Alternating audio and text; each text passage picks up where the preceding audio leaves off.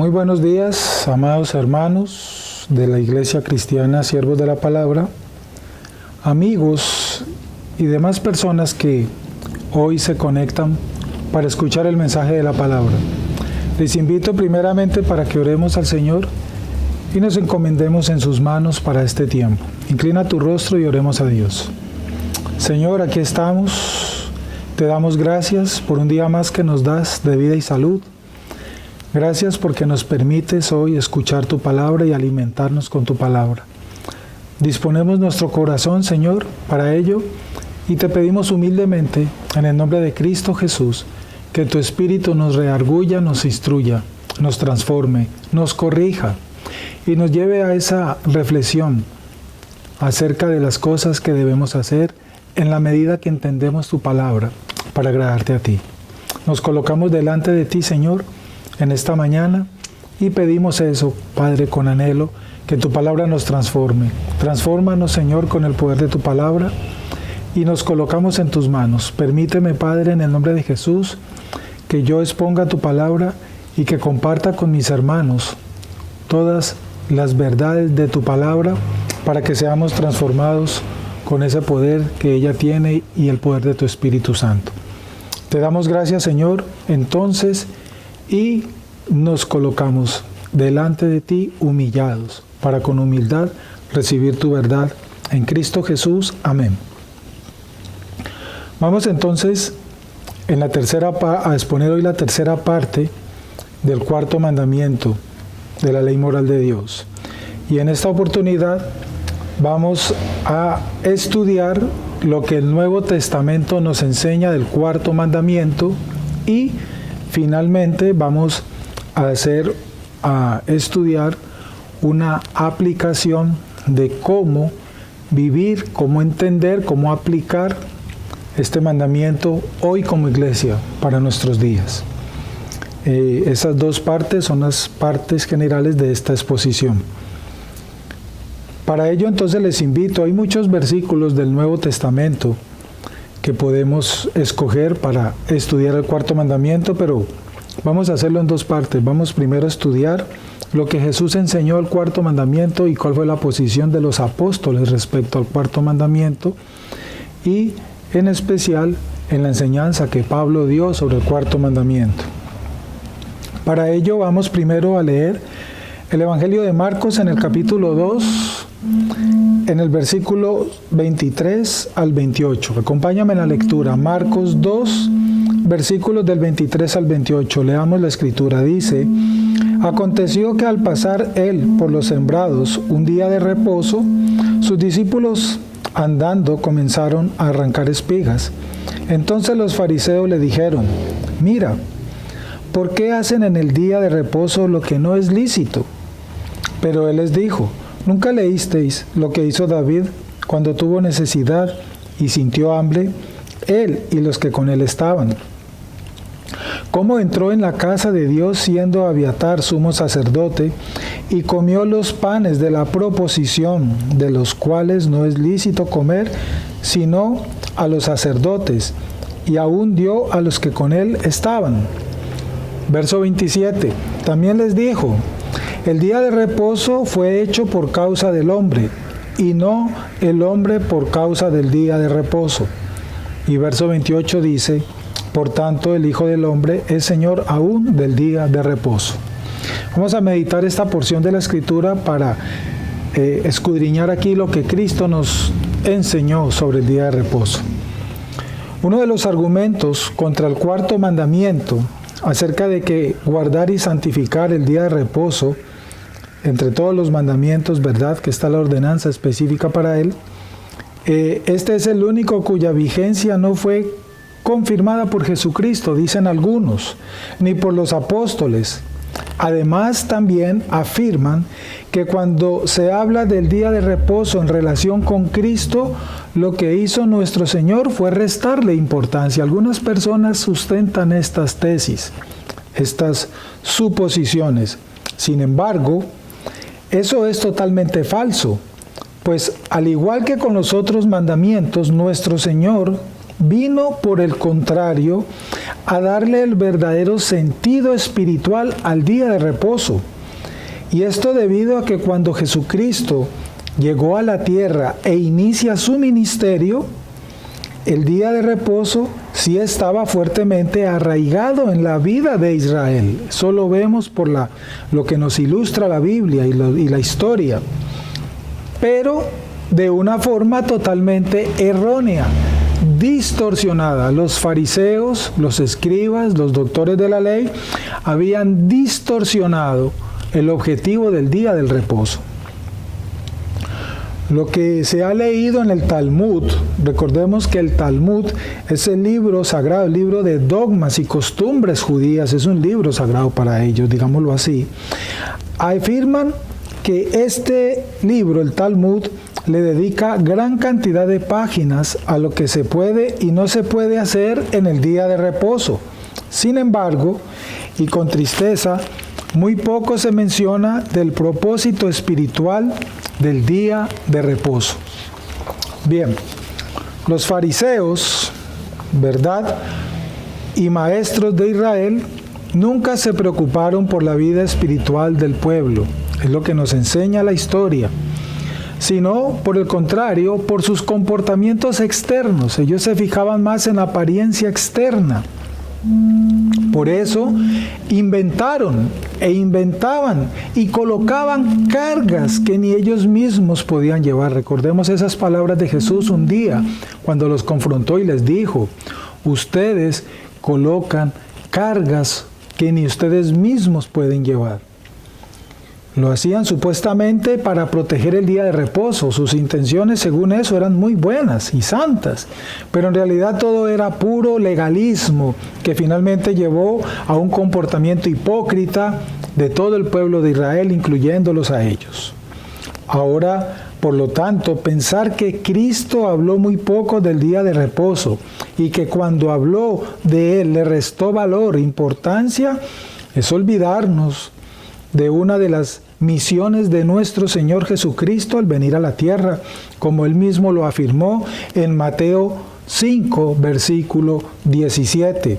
Cuando leemos ese versículo, te invito para que lo leas, nuestro Señor Jesucristo dijo que Él no había venido para abolir, ni desaparecer, ni abrogar la ley, sino para cumplirla. Pero no a la manera hipócrita de ellos, a la manera frívola, ¿verdad?, de los fariseos y escribas, sino en el amor verdadero hacia Dios y el prójimo. Encontramos entonces en los evangelios a nuestro Señor Jesucristo refiriéndose varias veces, unas 11 veces aproximadamente, al asunto del día de reposo.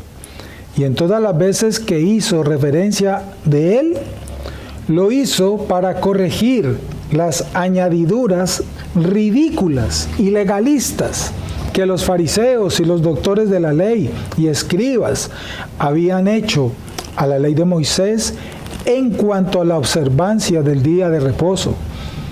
Nunca nuestro Señor Jesucristo negó la santidad del día de reposo. Cuando leemos esta porción del Evangelio de Marcos, recordemos aquí el versículo 28. El Señor Jesús dice: por tanto el Hijo del Hombre es Señor aún del día del reposo.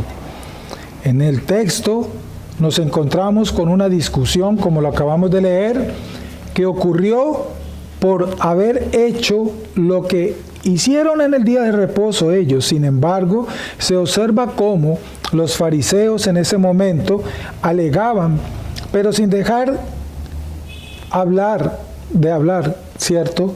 Y sin sustentarlo en la ley de Moisés. Ellos, en forma de pregunta, afirmaron que lo que estaban haciendo no era lícito. Se lo dijeron a Cristo, que lo que él hacía y sus discípulos hacían no era lícito, pero sin ningún argumento escritural.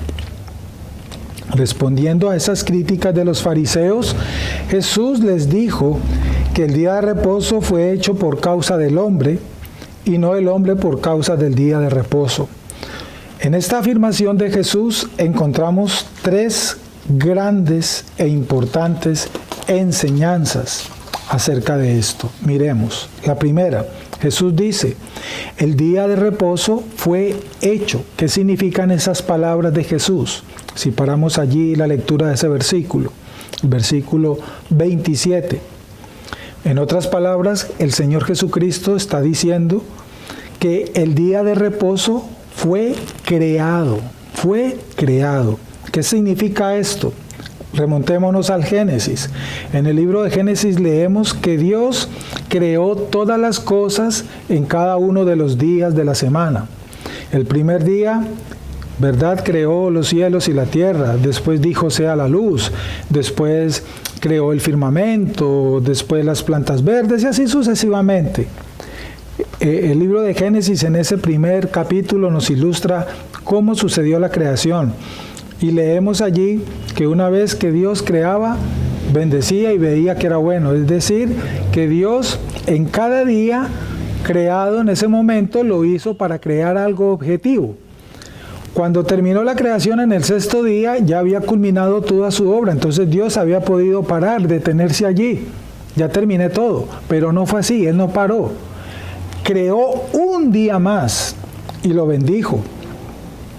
Ese día fue bendecido y santificado por Dios, como ya lo hemos explicado. Es decir, que el origen del día de reposo, como lo dijimos, recordémoslo, no fue en el monte Sinaí, sino en la creación. Fue creado por Dios, bendecido y santificado por Dios. Por eso Jesús dice, el día de reposo fue hecho. No dice, el día de reposo fue creado en el monte Sinaí, fue hecho desde el comienzo. El día de reposo, dice el Señor en su segunda parte, fue hecho por causa del hombre. Segunda afirmación de Jesús. Esto quiere decir que originalmente el día de reposo no es algo exclusivo para el pueblo de Israel. Ojo con esto, hermanos y amigos. Repito, según estas palabras de Jesús y lo que vemos en la Escritura, no es algo exclusivo para el pueblo de Israel, sino para toda la humanidad. Lo cual es una referencia al plan redentivo que Dios desde el principio ha tenido para con el hombre. En el comienzo, en el Génesis capítulo 1 y 2, no existía todavía el pueblo de Israel. Abraham no había nacido. Dios no había hecho su pacto con Abraham ni con David. Todavía no estaban los 12 hijos, las 12 tribus de Israel, los 12 hijos de Abraham, de Jacob, perdón. Entonces, vemos que en Génesis, cuando Dios crea el día de reposo, lo santifica, lo bendice y eso nos abarca a toda la humanidad. Fue hecho para el hombre. Eso es lo que entendemos. Lo que nuestro Señor quiere decir es que el día de reposo, que desde el principio se dio para toda la humanidad, pero que fue ratificado en el monte Sinaí como mandamiento para el pueblo de Israel, ha tenido como propósito entonces beneficiar al hombre, no dañarlo. Por lo tanto, nuestro Señor Jesucristo, con sus palabras, no estaba corrigiendo el cuarto mandamiento, sino el abuso que los fariseos hacían de él. En estos puntos observamos que nuestro Señor, por lo tanto, sí hizo una defensa del día de reposo, pero no con base a la ley dada en el monte Sinaí, sino con base en el Génesis, en la creación. Con esto, Él nos confirma y deja por entendido que el día de reposo fue creado primero por Dios, para que a través de Él Dios pudiera bendecir a toda la raza humana. Esto significa, y por lo tanto es una mala interpretación del texto, afirmar que el comportamiento de los discípulos ni las instrucciones de Cristo en Marcos 2 es una descalificación del cuarto mandamiento o deshonra al cuarto mandamiento, ni más faltaba. Ahora, sin duda alguna, lo que Jesucristo y sus discípulos sí hicieron fue quebrantar las reglas personales y legalistas de los fariseos. Eso sí fue lo que hizo Jesús. Las reglas, pero de los fariseos, no de la ley moral de Dios que Dios dio en el monte Sinaí, y las normas y preceptos que Dios había establecido. Cristo y los discípulos fueron las reglas personales, legalistas, modificadas, adicionadas por los fariseos. Eso es distinto.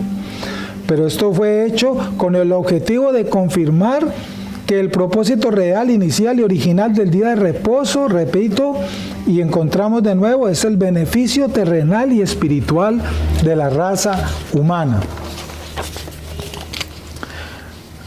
La raza humana ahora, como entendemos, hoy está dividida en dos grandes grupos de personas, los que son el pueblo de Dios y los que no son el pueblo de Dios. La Biblia nos ilustra esto de principio a fin. Efesios 2, Primera de Pedro, los Evangelios, la Biblia nos habla de los escogidos de Dios, de su pueblo santo, etc. Y debido a esta división que estamos hablando, es que entendemos que las bendiciones espirituales del día del reposo, por lo tanto, son exclusivamente para los hijos de Dios. Estas bendiciones no son para los inicuos, para los impíos.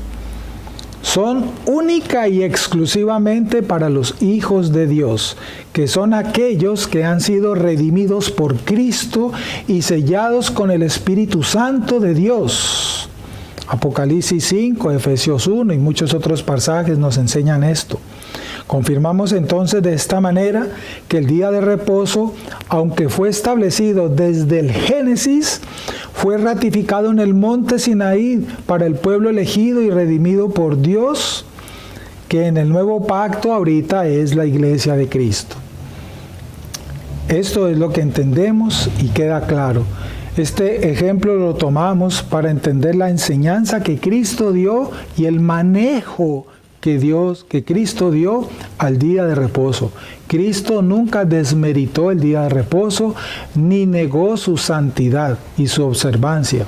Corrigió lo que los fariseos habían torcido. Eso es diferente.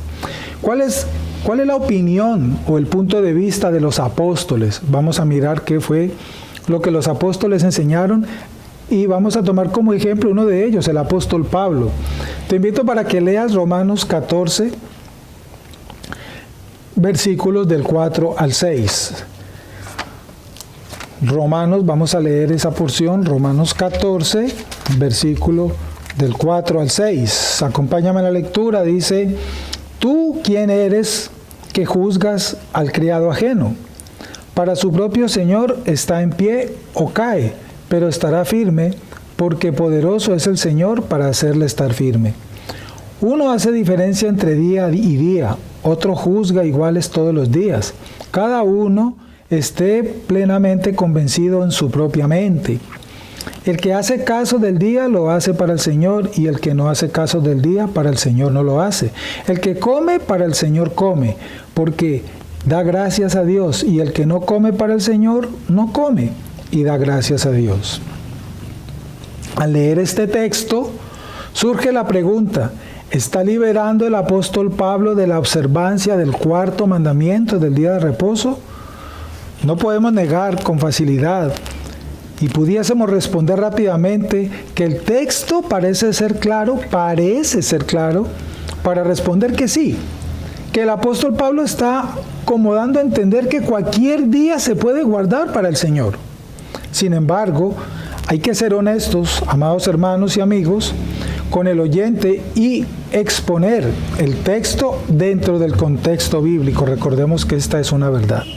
No podemos aislarlo del resto de la Escritura porque podemos caer en una mala interpretación y en una doctrina equivocada. No imaginamos al apóstol Pablo, por lo tanto, negando el cuarto mandamiento, sin dar una explicación clara de ello y concisa que se pudiera entender. ¿A qué clase de días entonces se refiere el apóstol Pablo aquí en Romanos 14, como lo leemos? Primero que todo, el apóstol Pablo sabía que el día de reposo estaba arraigado tanto en la creación, allá en Génesis, como en la ley, en el monte Sinaí. Pablo sabía eso. Pablo se está refiriendo, por lo tanto, a los abundantes días de reposo ceremoniales que guardaban los judíos. A eso es que se estaba refiriendo el apóstol Pablo. Y eso lo podemos ver en la Escritura. Observamos lo que el apóstol Pablo dice en Gálatas capítulo 4, versículos del 9 al 10. Y en especial el versículo 10. Pablo dice allí en Gálatas: guardáis los días, los meses, los tiempos y los años. Mire que está hablando en plural. Él no dice guardáis el día, no, él dice guardáis los días. Y eso explica y enseña mucho al respecto. Observemos aquí cómo el apóstol Pablo no les recrimina el guardar el día de reposo, sino los días. Con esto debemos recordar o tener en cuenta que los judíos tenían, por lo tanto, muchos días y hasta meses que ceremonialmente ellos guardaban. Asimismo, el Sabbat de los judíos no solamente se limitaban al séptimo día, sino que ellos tenían otros sabbats, otros días de reposo, es decir, muchos días de reposo. La Biblia nos lo enseña. Voy a citar algunos versículos para que miremos esto en la Biblia. Por ejemplo, en Éxodo 23, versos 14 al 19, leemos acerca de la fiesta de los panes sin levadura, de la fiesta de la cosecha, de la fiesta de las primicias. Estas fiestas, amados hermanos y amigos, eran conocidas por los judíos como días de Sabbat, es decir, días de reposo. Qué interesante, ¿verdad? En Isaías 1, versículo 13 y Oseas 2, leemos acerca de los nobiliums, es decir, lunas nuevas, que ellos celebraban y eran para ellos también días de reposo, otras ceremonias. Leemos, por ejemplo, en Levítico 16, versos 29 al 31, que cada séptimo mes a los 10 días era un día de reposo. Esto no siempre caería, por lo tanto, en el séptimo día. Leemos también en Levítico 23, verso 24. Se lee que en el mes séptimo, en el primer día, será visto como un día de reposo, y esto no siempre caería en el séptimo día.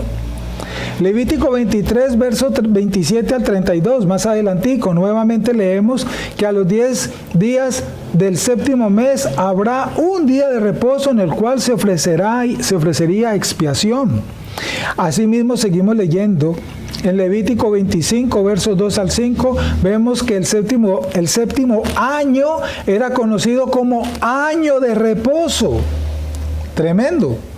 Por lo tanto, todos los días de ese año eran días de reposo. En Levítico 25, versos del 8 a 10, más adelante se lee que el año 50º o jubileo constituía un reposo especial para el pueblo de Israel. Miren ustedes entonces qué gran cantidad de días de reposo tenían los judíos. A esos días es que se refería el apóstol Pablo. Y observemos ahora que en cada uno de esos días ellos ofrecían cosas también. La Biblia nos lo enseña. Por ejemplo, algunas citas en Éxodo 35, versos del 1 al 3, se prohíbe encender fuego. Esto es para encender o iluminar la casa. En Levítico 23 se hablan de las diferentes ofrendas y sacrificios en días de reposo. Allí están descritas. En Levítico 24, del 5 al 8, se habla de tortas de flor de harina, pan e incienso. En Números 28, del 9 al 10, leemos el holocausto y la ofrenda especial para esos días también. Entonces vemos cómo la Biblia nos enseña que los judíos tenían gran cantidad de días de reposo con una serie de ofrendas y sacrificios especiales en cada uno de ellos. Ahora bien, todos estos días de una u otra manera, aquí es donde viene lo que quiero que pongamos cuidado, amados hermanos y amigos. Todos estos días, de una u otra manera, ojo con eso, fueron tipos o símbolos del Antiguo Testamento, del Antiguo Pacto, que apuntaban hacia la venida de Cristo, el Mesías Salvador. Observemos lo que dice el apóstol Pablo, por ejemplo, en Colosenses capítulo 2, versos 16 al 17. Dice la Escritura: por tanto, nadie os juzgue en comida o en bebida o en cuanto a días, plural, de reposo, de fiestas de luna nueva. Todo lo cual es sombra. Ojo con esto que dice Pablo en el verso 17. Todo lo cual es sombra de lo que ha de venir, pero el cuerpo es de Cristo. Amados hermanos, quiero abrir un paréntesis chiquito. Aquí vemos dentro de todas estas fiestas, las famosas que hoy están de moda, fiestas de las primicias. Algunas iglesias, algunas congregaciones han retomado esta ceremonia, porque esto es de la ley ceremonial, y hoy lo han convertido en un negocio. Al comienzo de año se acostumbra a hacer esto. Déjame decirte que esto no es bíblico, celebrar esto el día de hoy, porque lo acabamos de decir, todos estos rituales ceremoniales eran sombra, tipología de Cristo. De Cristo. O sea que hoy no se deben celebrar ninguna de estas ceremonias. Y la que está de moda hoy en día, las fiestas de las primicias, eso lo convirtieron hoy en un negocio en muchos de estos lugares. No hay que celebrar esta tal fiesta de las primicias. Eso es una mala interpretación y aplicación que han dado a esto que estamos diciendo. En Cristo nosotros estamos completos.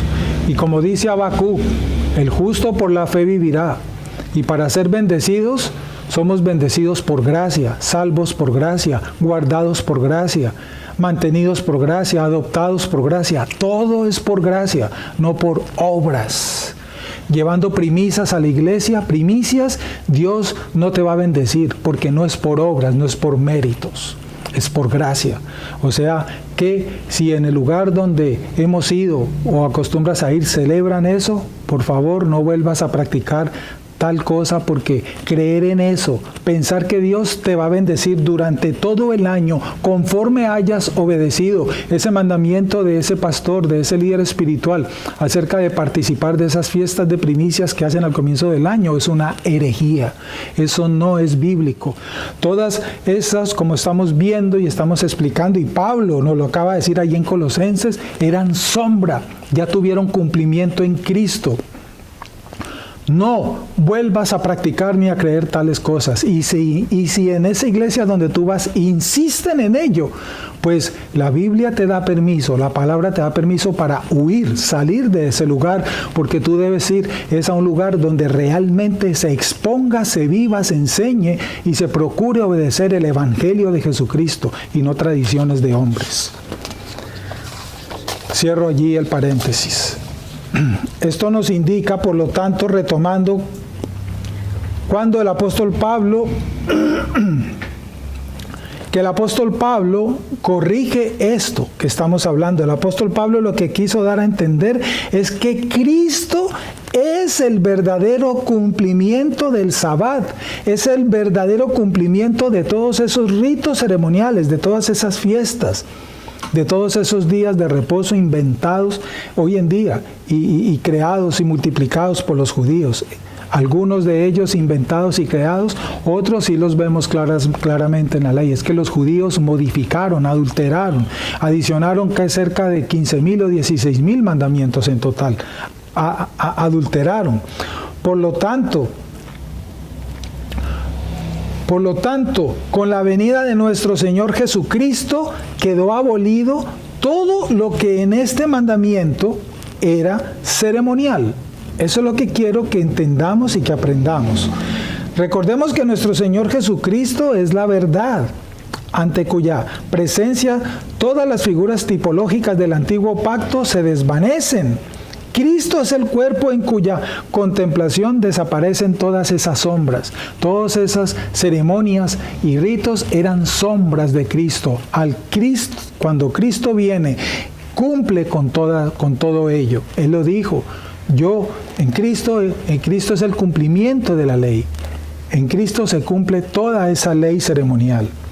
Así que en Romanos 14 el apóstol Pablo se refiere a la observancia o celebración de todo ese tipo de fiestas judías que había en medio del pueblo. El consejo es que estos cristianos judíos, mientras maduraban en conocimiento, eso es lo que Pablo está enseñando ahí en Romanos 14, mientras maduraban en conocimiento, mientras el Espíritu les daba entendimiento de esta verdad, había que respetarlos en sus actos ceremoniales. que en su corazón y mente hacían para el Señor. Eso es lo que enseña Pablo. Muy diferente fue con la iglesia de Gálatas, los cuales no eran judíos, los gálatas, convertidos, sino gentiles a quienes el apóstol Pablo había instruido correctamente en el Evangelio de Jesucristo, sin ningún tipo de judaísmo. Y de un momento a otro se dejaron influenciar por el judaísmo y querían practicar todos esos actos y ceremonias innecesarias para la fe cristiana y que de nada servían para la salvación eterna ni para la bendición. Una vez más, la bendición y la salvación son por gracia. Ya fuimos bendecidos y somos salvos por la obra de Cristo. El apóstol Pablo les reprochó diciéndoles: ustedes empezaron en el Espíritu y terminaron en la carne. Se habían dejado influenciar de las tradiciones judías. Esa fue la corrección que Pablo dio a esa iglesia de los Gálatas. ¿Cómo es que ahorita les enseñamos un evangelio y ustedes están permitiendo aprender un evangelio distinto? Esa es la corrección que Pablo dio. Así que en ningún lugar del Nuevo Testamento entonces encontramos que el apóstol Pablo o alguno de los otros apóstoles instruyeran a la iglesia primitiva en contra de la observancia del cuarto mandamiento. Por el contrario, nos encontramos con textos como en Primera de Juan, en Apocalipsis 14 y otros más, encontramos una relación entre el amar a Dios y guardar sus mandamientos. Se habla de los santos que guardan los mandamientos de Dios y colocan la fe en Cristo Jesús. Guardan los mandamientos de Dios para demostrar el amor a Dios y colocan su fe en Cristo Jesús para ser salvos por gracia. Esa es la vida cristiana. No somos salvos por obedecer la ley. Al obedecer la ley, procurar obedecer la ley, amar la ley de Dios y esforzarnos por obedecer la ley de Dios, le demostramos nuestro amor al Señor, nuestro amor, o sea, el agradecimiento. Pero nuestra salvación no es por el cumplir la ley. Eso es imposible para el hombre. La salvación es por gracia, por la fe en Cristo Jesús. El pastor Brian Edwards dice: el hecho de que tuviera un poco que decir sobre el asunto solo nos dice que en aquellos tiempos probablemente se discutió poco sobre él.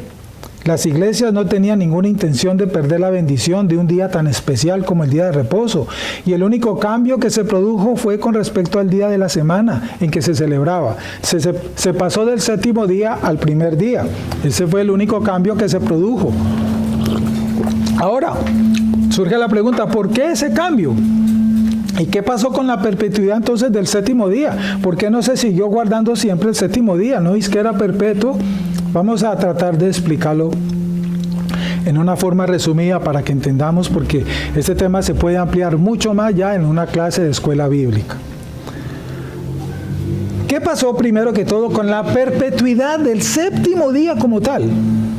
Bien, no voy aquí a hacer una exposición acerca de los errores de algunas religiones o grupos religiosos, como los adventistas, por ejemplo, que son muy conocidos por nosotros. Los adventistas del séptimo día, los llamados también cristianos judaizantes y todo sabatariano, así se le llama, o sabatistas, o sea, los que obedecen y guardan el sabat tal cual, literalmente, consideran como un arma inquebrantable la siguiente cita bíblica. Se fundamentan en el siguiente versículo, Éxodo 31:16. Guardarán pues el día de reposo los hijos de Israel, celebrándolo por sus generaciones por pacto perpetuo. Allí, ese versículo es la espada de ellos para justificar por qué lo hacen hoy. Bien, interesante. ¿Y por qué y cómo entienden este versículo? El término perpetuo aquí significa que es para siempre. Buena pregunta. Entonces, si esto fuera así, significa entonces que en toda la Torá o en todo el Pentateuco, cada que encontremos esa palabra, sería una ordenanza literal de carácter eterno y perpetuo. Eso significa que es así. Veamos algunas citas bíblicas para entender del por qué sí o por qué no. Y esto nos va a dar luz y claridad. Por ejemplo, cuando leemos, yo te voy a dar las citas y tú la puedes leer más despacio. Éxodo 12:14, refiriéndose a la Pascua, Jehová, el Señor, afirma en este mandamiento: y este día os será en memoria y celebraréis como fiesta solemne para Jehová durante vuestras generaciones, por estatuto perpetuo lo celebraréis, la Pascua. Pregunta: ¿debemos entonces como cristianos hoy celebrar la Pascua de esa manera como fue celebrada en Egipto? Sabemos que la respuesta es no. Nosotros no celebramos la Pascua sacrificando un cordero y manchando las puertas con sangre, como se hizo aquel día en Egipto. Y ahí dice que es perpetuo. Vamos analizando, vamos entendiendo. Otro pasaje, Éxodo 27, 20, 21. Con respecto al aceite para las lámparas, Jehová Dios dio una orden. Y allí en ese versículo vuelve y aparece la palabra como estatuto perpetuo de los hijos de Israel por sus generaciones. Lee tú el pasaje y sabrás a qué se refiere. Pregunta: ¿dónde están las lámparas hoy, literalmente? ¿Dónde está el tabernáculo hoy para colocar esas lámparas? ¿Dónde está el sacerdocio de Aarón para que hagan eso? ¿Dónde están? La respuesta ya la sabemos, no están. Ni mantenemos lámparas encendidas para tal propósito. Ni el tabernáculo existe como tal. Hoy ninguna iglesia se reúne con postes y cortinas y lugar santísimo y todo eso. No, el tabernáculo como tal ya no existe. Otro pasaje, Éxodo 28, 42 al 43. Y les harás calzoncillos de lino para cubrir su desnudez, serán desde los lomos hasta los muslos, y estarán sobre Aarón y sobre sus hijos cuando entren en el tabernáculo de reunión y cuando se acerquen al altar para servir en el santuario, para que no lleven pecado y mueran. Es estatuto perpetuo para él, para Aarón. Pregunta: ¿está actualmente el sacerdocio aarónico llevando a cabo esta ordenanza? Porque ahí dice perpetuo. Respuesta: sabemos que no. Y dice perpetuo. Éxodo 40, versículos del 13 al 15. Y harás vestir a Aarón las vestiduras sagradas y lo ungirás y lo consagrarás para que sea mi sacerdote. Después harás que se acerquen sus hijos y les vestirás las túnicas y los ungirás como ungiste a su padre y serán mis sacerdotes y su unción les servirá por sacerdocio perpetuo por sus generaciones. ¿Existe este sacerdocio aarónico tal cual hoy? La respuesta: sabemos que no. Vemos entonces aquí varios versículos donde estamos analizando el significado de esa palabra perpetuo que aparece en estos versículos y podemos encontrar otros más. ¿Qué es lo especial en observar en estos textos? Y tú podrías citar más, otros más, que se habla sobre Aarón y luego sobre fines de un sacerdocio perpetuo. Lo siguiente, y la pregunta es: ¿fue el sacerdocio de ellos un sacerdocio perpetuo? Ese sacerdocio levita y aarónico. Sabemos que obviamente la respuesta no. ¿Por qué? ¿Por qué? Porque sabemos que el rol sacerdotal de los hombres culminó en Jesucristo. Ese rol de sumo sacerdote de los hombres tuvo término en Jesucristo y apareció inicialmente, como hemos leído, con la orden de que fuera perpetuo, siendo tomado por Cristo. Y es solo en Cristo, en Él, que este sacerdocio ahora realmente es un sacerdocio eterno. Cristo es el sumo sacerdote. Y el sacerdocio de Cristo es superior al sacerdocio levítico, aarónico.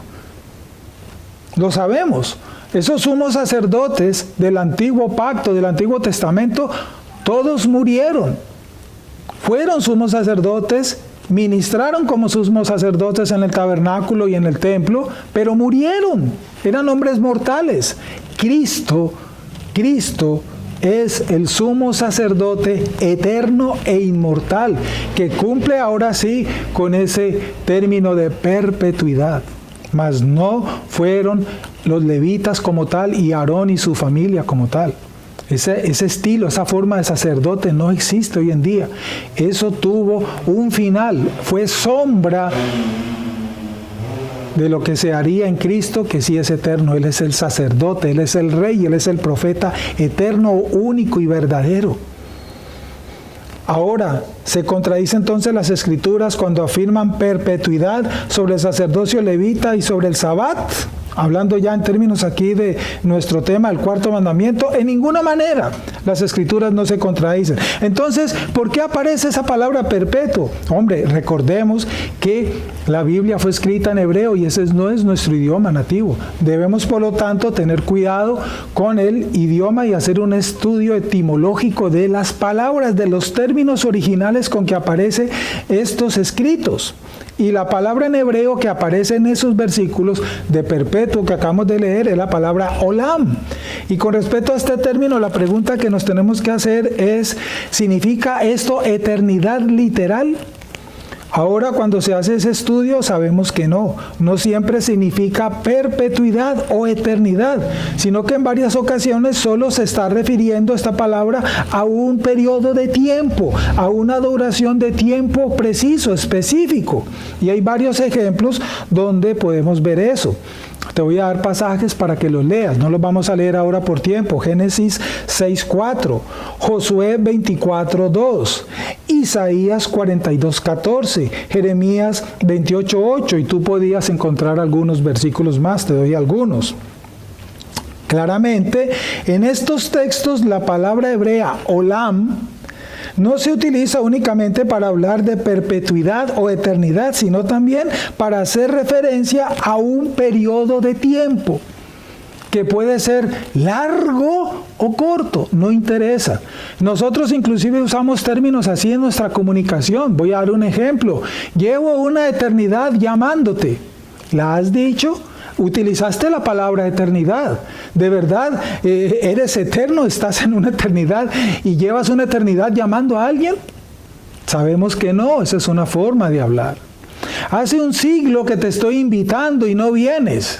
Hombre, tienes un siglo de edad primeramente, pero utilizaste un término de un largo tiempo para decir algo.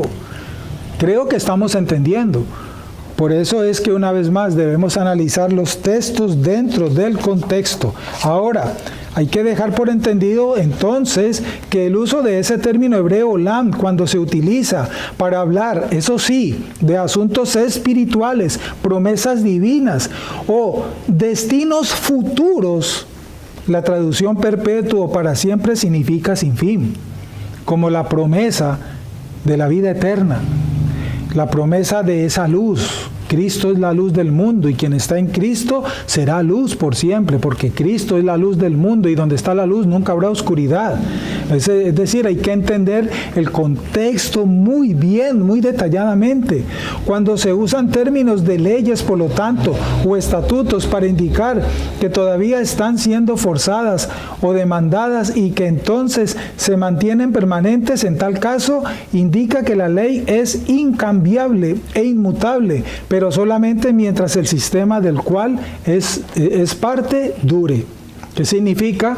Que todas esas normas ceremoniales que hemos leído y que están allá descritas en el Pentateuco fueron ordenadas y fueron hechas, pero solamente debían hacerse y se hicieron por un periodo de tiempo porque eran sombra de Jesucristo.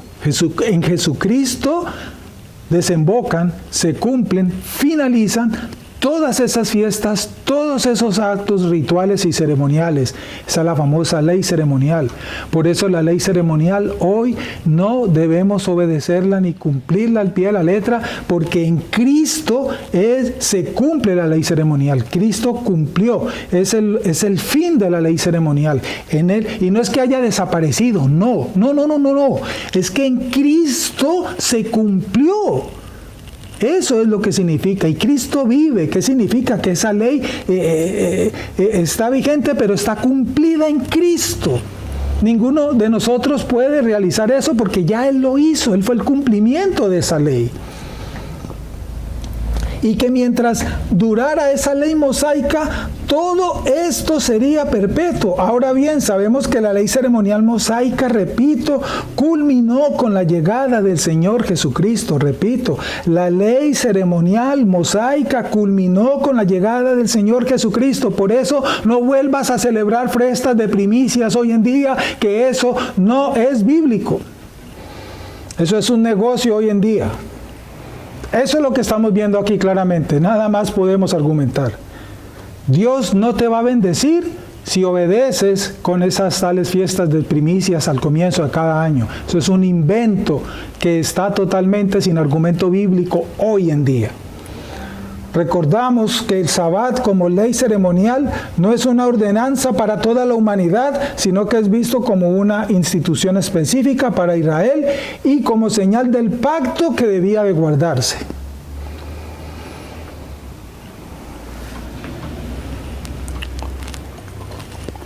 Permítame, recuerdo lo que dijimos en exposiciones entonces y anteriormente.